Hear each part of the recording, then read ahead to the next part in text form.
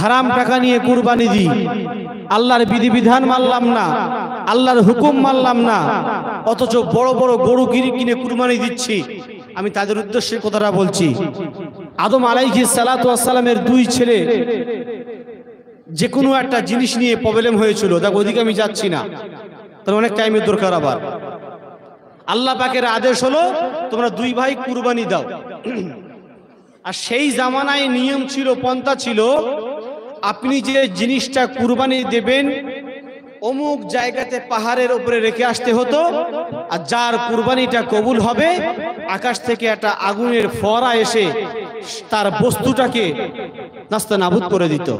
বোঝা যেত যে ওর কুরবানিটা কবুল হয়েছে। জোরে বলুন সুবহানাল্লাহ। তো দুই ভাই কুরবানির বস্তু পেশ করেছে। এক ভাইয়ের কুরবানিটা কি করলেন, আকাশ থেকে একটা আগুনের ফোয়ারা এসে সেই জিনিসটাকে নাস্তানাবুদ করে দিল। বোঝা গেল ওর কুরবানিটা কবুল হয়েছে। জোরে বলুন। আচ্ছা, এই নিয়ম বা এই প্রসেসটা বর্তমান জামানায় যদি চালু থাকতো, তাহলে বলুন যারা কুরবানি দাতা আমরা আছি, বেনামাজি, সুদখোর, মদখোর, হারাম টাকা দিয়ে কুরবানি দিই, আচ্ছা বলুন এরা সমাজে মুখ দেখাতে পারতো? কথা বলুন, পারতো না। তাই আমার জামানার মুর্শিদ আল্লামা সুফি মুফতি আজান গায়সী রাহমাতুল্লাহ আলাইহি বলেছেন, বাবারা তোমরা সুদমুক্ত জীবন গড়ো। জোরে বলুন। চারটে জিনিস আমাদেরকে দিয়েছেন। কি দিয়েছেন? বিনা কাজায় 5 ওয়াক্ত নামাজ, হালাল রুজি, কোরআন তেলাওয়াত এবং তাকওয়া পরহেজগারি। এই চারটে জিনিস যে সিলসিলা মানুষ হোক না কেন, যদি মেনে নিতে পারে, গোটা শরীয়তটা আমার আল্লাহর মধ্যে দিয়ে দিয়েছে। জোরে বলুন। এই চারটে জিনিস কোনো মানুষ যদি মানতে পারে, আমার চিরবিশ্বাস ওই মানুষটা মরতে দেরি হবে। আল্লাহ বলবে, বান্দা তোর কবরটা আমি জান্নাত বানাতে দেরি করব না। এই প্রসেস বা এই নিয়ম বিশ্বের প্রতিটি জায়গায় আজকে যদি জারি থাকতো, বিশ্বের প্রতিটি জায়গায় যদি আজকে নিয়ম পন্থা মেনে যদি চলতে পারতাম, বিশ্বের জমিনে বেনামাজি বলে কেউ থাকতো না, সুদখোর বলে থাকতো না, মদখোর বলে কেউ থাকতো না, সবাই আল্লাহওয়ালা হয়ে যেত। জোরে বলুন সুবহানাল্লাহ। এই জামানার মুর্শিদ আল্লামা সুফি মুফতি আজান গায়সী রাহমাতুল্লাহ আলাইহি তিনি ডাক দিয়েছেন, বাবা তোমরা সর্বপ্রথমে বিনা কাজায় 5 ওয়াক্ত নামাজ আদায় করো, তারপরে কোরআন তেলাওয়াত করো, হালাল রুজি খাও, আমার ভয় অন্তরের মধ্যে রাখো। এই চারটে জিনিস যদি মানুষ অন্তরে নিয়ে চলে, ওই মানুষটা দুনিয়ার জমিনে কখনো অন্যায় কাজ করতে পারবে না। জোরে বলুন।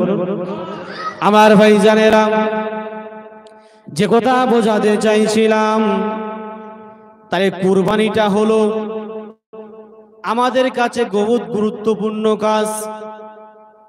হযরত ইব্রাহিম আলাইহিস সালাতু ওয়াস সালাম বয়স তখন তার 96 বছর বয়স। আল্লাহর কাছে হাত তুলে দোয়া চাই, আল্লাহ পাক আমার একটা ছেলে সন্তান দেন, আল্লাহ আমার একটা ছেলে দেন, রব্বি হাবলি মিনাস সলিহিন। ও ভাইজানেরা, আল্লাহ পাক আল্লাহ তাআলা ওই বৃদ্ধা বয়সে গিয়ে একটা সুসংবাদ দিয়েছিলেন, রব্বি হাবলি মিনাস সলিহিন। এই বারবার বলে যখন দোয়া চায়, আল্লাহ বলে যা ফাবাশশারনাহু বিগুলামিন হালিম। ও ভাইজানেরা, জাতির পিতা ইব্রাহিম আলাইহিস সালাতু ওয়াস সালাম আল্লাহ পাকের কাছে যখন বারবার দোয়া চায়, রব্বি হাবলি মিনাস সলিহিন, আল্লাহ পাক আমাকে সন্তান দান করো, আল্লাহ পাক কত সর্বশেষে সুসংবাদ দিয়ে দিলেন, ফাবাশশারনাহু বিগুলামিন হালিম। ও ভাইজানেরা, আল্লাহ পাক বলেন, অতএব আমি আল্লাহ পাক তাকে সৌন্দর্য ধৈর্যশীল একটা সন্তান দান করলাম। যদি বলবেন না সুবহানাল্লাহ। একটা সুন্দর ধৈর্যশীল সবর করনেওয়ালা একটা সন্তান দান করলাম, যার নাম হলো হযরতে ইসমাঈল আলাইহিস সালাতু ওয়াস সালাম। আস্তে আস্তে তিনি মানুষ হচ্ছেন। সংক্ষেপে বলি,